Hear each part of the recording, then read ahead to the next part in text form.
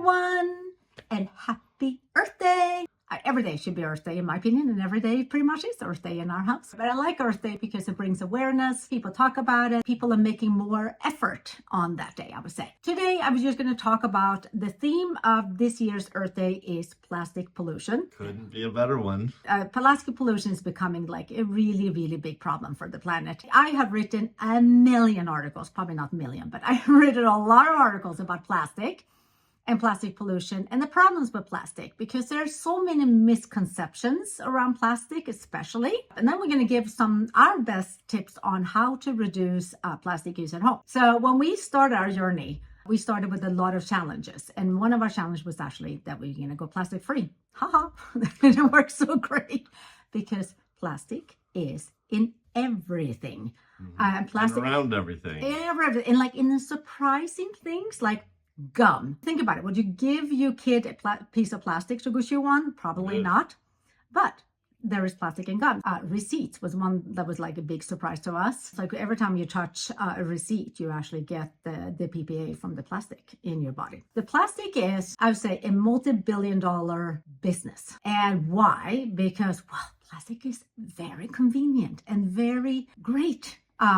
Because it is cheap. It's cheap, it's sturdy, it's light. Unfortunately, the same benefits of the plastic is also what's so problematic for the planet with plastic, because it takes forever to break down. Right. And I mean forever, which means that your kid is chewing gum that has plastic in and spit it out. Well, this gum will going to be there long after they're gone. And think about how many gums. And their children are gone, and their great-grandchildren are gone. Yeah.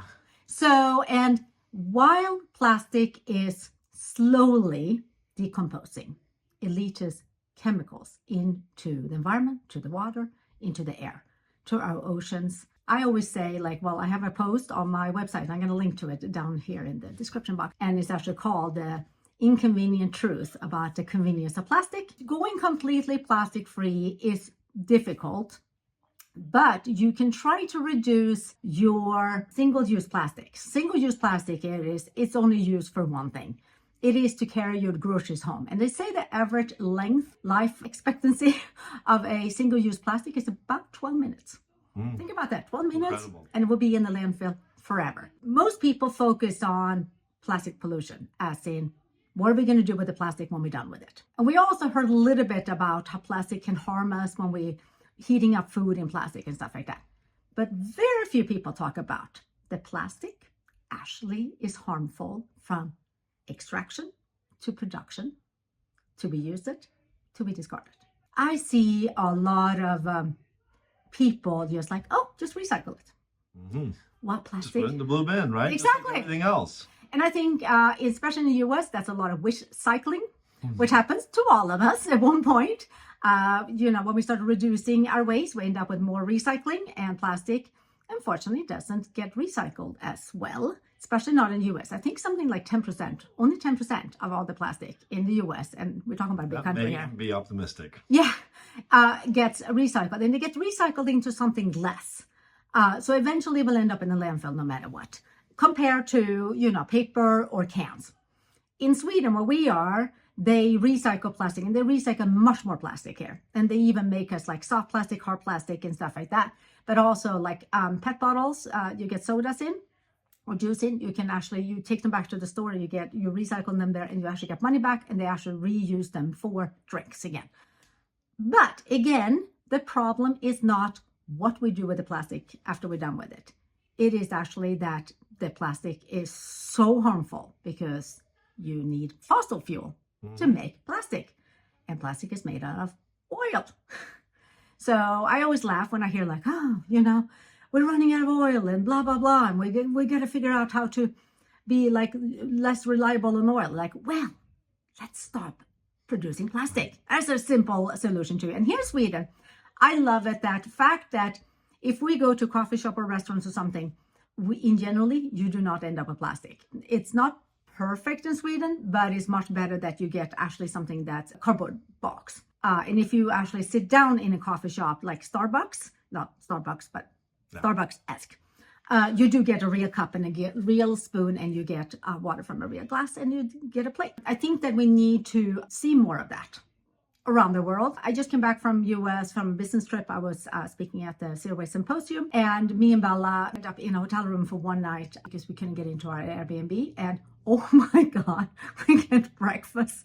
And it was like, okay, so there was bagels wrapped in plastic, and there was yogurt, and there was like, you got your own little plastic. Yeah. Everything was just plastic. Me and Bella like, oh my God, what do we do here? And thank God we brought some food to eat that was not in plastic, but it's like, oh, this is not okay. I get it, the convenience of it, but not really. The good news is that there are ways that you can reduce plastic at home. We worked on this for a long time now, 17 years. We're not perfect, but we are darn good, I should say. We should clap ourselves on. Yeah, doing a good job.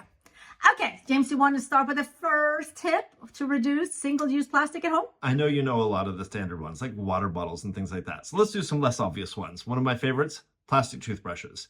There are tens of millions of plastic toothbrushes every day, week, I don't know, go into the landfill. And they've got great bamboo toothbrushes these days, even with things that don't have plastic bristles. They can be composted. Just check the labels. But bamboo toothbrushes, that's my first one. Yeah, and why stop at the bamboo toothbrushes? You can also get toothpaste tablets or powder that it doesn't come in plastic, and you can even get floss that's not plastic, because oh my God, who wants a floss with plastic anyway? I have done it, but not anymore. That's a really good one. I would say cleaning supplies. Oh my God, I have to say, when we started this journey, that was the easiest things to stop, to actually swap out, because you can clean your house with just baking soda, soap, and distilled vinegar. That's all you need.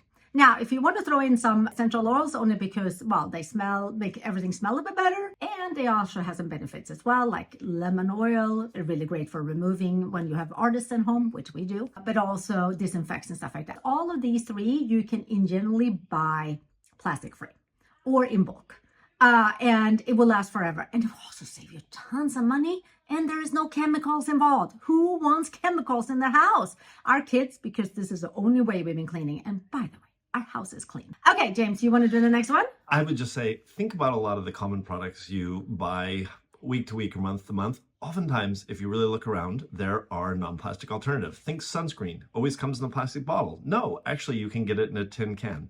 Think coffee. I love coffee. Drink lots of coffee. Coffee always comes in a plastic bag, right? No, actually, if you grind your own, a lot of times you can get it in a brown bag. Pasta always comes in a plastic bag, right? No, actually, there are pasta that's probably sitting right next to that plastic bag in a box. So you just need to start to go through all of the things that you buy and just start to look around for those non-plastic alternatives. Yeah, make an effort. For example, in Sweden, they wrap pretty much everything organic food in plastic. Don't understand this at all. And when everyone's like, but that's how we keep it fresh. I'm like, no, I mean, I've grown vegetables. I didn't need to wrap them in plastic. Anyway, we discovered that there is a store that sells organic, and they don't sell them in plastic wrap. So then that's where we go. And oftentimes for you, the farmer's market is one of the best ways to avoid plastic packaging on fruits and vegetables. I have to say, baking bread, bake your own bread. I think that James is so grateful that he married someone who knew how to bake. That's right. But baking is not, well, it is a science. But it's a fun science. And I have to say, once you get into it, it's not that hard. He makes actually the breakfast cookies every week, which is the kids' favorite. I don't think you saw that happening. I bake the bread because you only need flour, salt, and water to bake bread. And then anything else you want to add in, you just make it fun. But it's that simple. Go Google yourself or take a baking class. That's what I did, and learn how to bake bread, because bread that comes in plastic, oh my God, it's just not that good. And once you start baking your own cookies, bread, crackers, we do them all, you will never, ever, ever, ever want to eat regular bread. Actually, our kids will not eat store-bought bread. When I was out of town, poor James, he did not have it easy when they ran out of bread that I baked, because the kids pretty much rejects all the kinds of bread. Clothes. Do you know how many clothes contains plastic? Oh my God. Read the labels. Check. You do not want to have anything that has microplastic, like what is that material called? Like poly, I don't know. They always do, yeah. No, fleece. Oh, fleece. Yeah. Fleece is like super popular. Again, like plastic. It's soft, it's cheap, it's light, it's warm, but it's plastic. Yeah. And every time you wash it, there's a little plastic shedding in the water and then going right out into our waterways. These are called microplastic. And I also want to say, a lot of these plastics that we're talking about here, You don't want to come in contact with them for a very good reason, because they contain forever chemicals. Do you hear that? Forever chemicals, meaning that they will never leave your body. They will cause cancer, infertility, so many other problems, and they will mimic your hormones and cause all kinds of problems in the future. So you really, really, really want to try to avoid plastic. I get it. You can't avoid all the plastic. And by the way, this is not a video go home and throw out all the plastic you have in the house. Phase it out. One step at a time. Another way plastic touches your food a lot is through like Ziploc bags. And I used to be, you joked, I was the king of Ziploc bags. But You used to hoard them. But now we've got great alternatives that are non-plastic alternatives that you can use over and over. Yeah, we have the stasher bags. And for sandwiches, Isabella makes a sandwich every day to take to school. It's a sandwich bag she uses, but we have stasher bags. There's so many bags. When we started the journey, there were no alternative, and we had to figure it out. Was everything from containers we used for bread and stuff like that. You do not need to wrap your food in plastic, and you don't want to. We have on our website, we have on our YouTube, lots and lots of tips on how to reduce waste, how to make your own household projects. I will put the link to all of them down in the description box. And I would love to hear more from you. And I will say, I'll also like what your tips are for reducing plastic. I also wanted to say, I want to just say a great thank you to all of our followers, all of you who support us, all of you who come to visit us and to make comments. I love our community. I think it's a great community, and I want to actually give a special gift. I'm actually going to offer my gardening course, how to turn your backyard into a pantry or your patio or your balcony or even indoors. 50% off for Earth Day. It's a code you can use, and I will put in the description box so you can go and use and buy my course. But also, we're doing a giveaway of National Earth Paint, which is my favorite brand. Great. We've been using these products for years.